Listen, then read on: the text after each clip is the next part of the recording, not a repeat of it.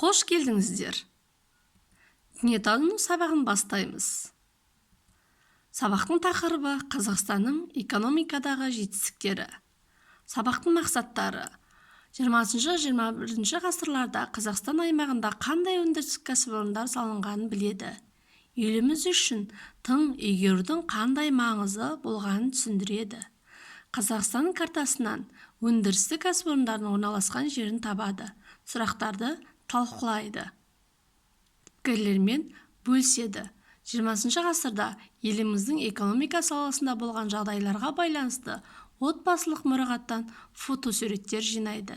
Үлкендермен бөлісіп ақпараттар жинайды. Интернет ресурстарын пайдалана отырып, өндіріс саласында қандай жаңа өнімдер өндіріле бастаған анықтайды.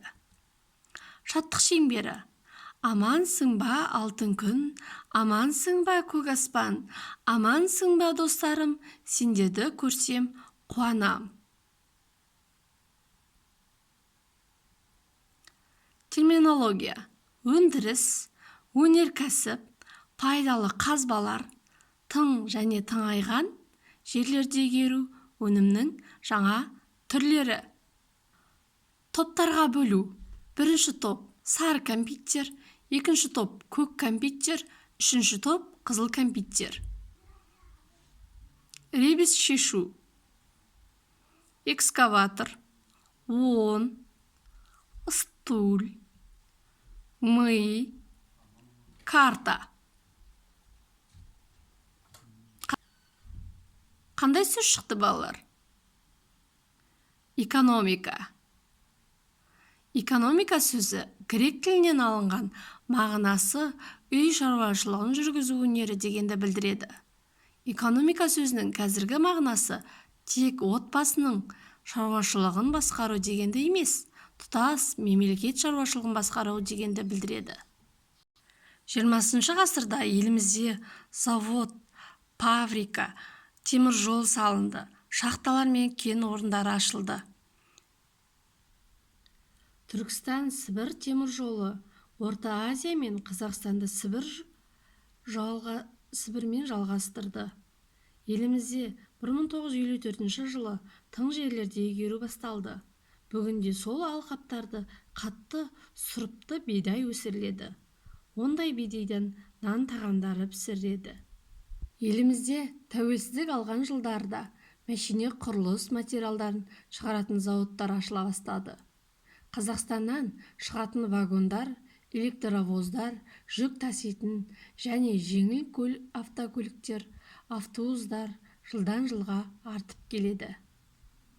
Нұрсұлтан қаласында тұлпар Тальго жолаушылар тасымалдауға арналған жүрдек пойызының вагонын жасайтын зауыт салынды.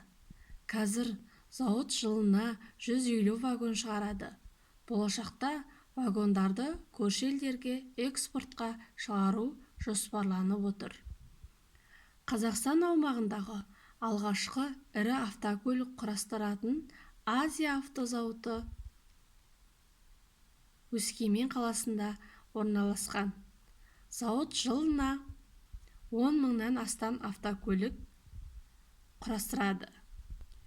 Елімізде өндірілетін кондитерлік макарон, сүт және ет өнімдері Қазақстанда ғана емес, шетелдерге де танымал болды.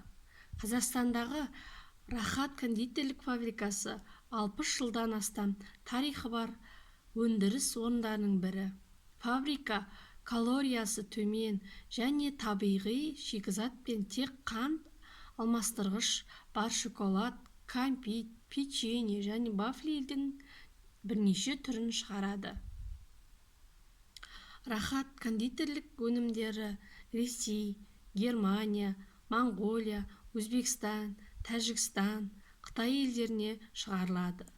Рахат фабрикасы 2018 жылы Мәскеуде өткен халықаралық көрмеге қатысты. Көрмеге қойылған өнімдер алтын медальдармен, дипломдармен жеңіп алынды. Балалар, жұмбақтарды шешу арқылы пайдалы қазбалардың атауларын тауып көріңдер. Түсі қара сұйық зат тереңде жатады. Қазсаң атқылайды, жақсаң жанады, пайдаға жарайды. Бұл не екен балалар? Шахтадан оны қазамыз, пешке салып жағамыз, үлкен үйді жылытып, рахатқа біз батамыз. Бұл не? Мөлдір әрі түссіз, өзі табиғи отын. От емес, жарық емес, бірақ оттан жарқырайды.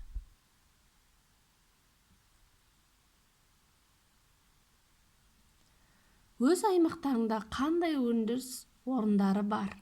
Олардың өнімдері елімізге танымал ма? Егер сен кәсіпкер болсаң, өндірістің қай түрімен айналысар едің? Өз ойыңды айтып бер. Сау болыңыздар балалар.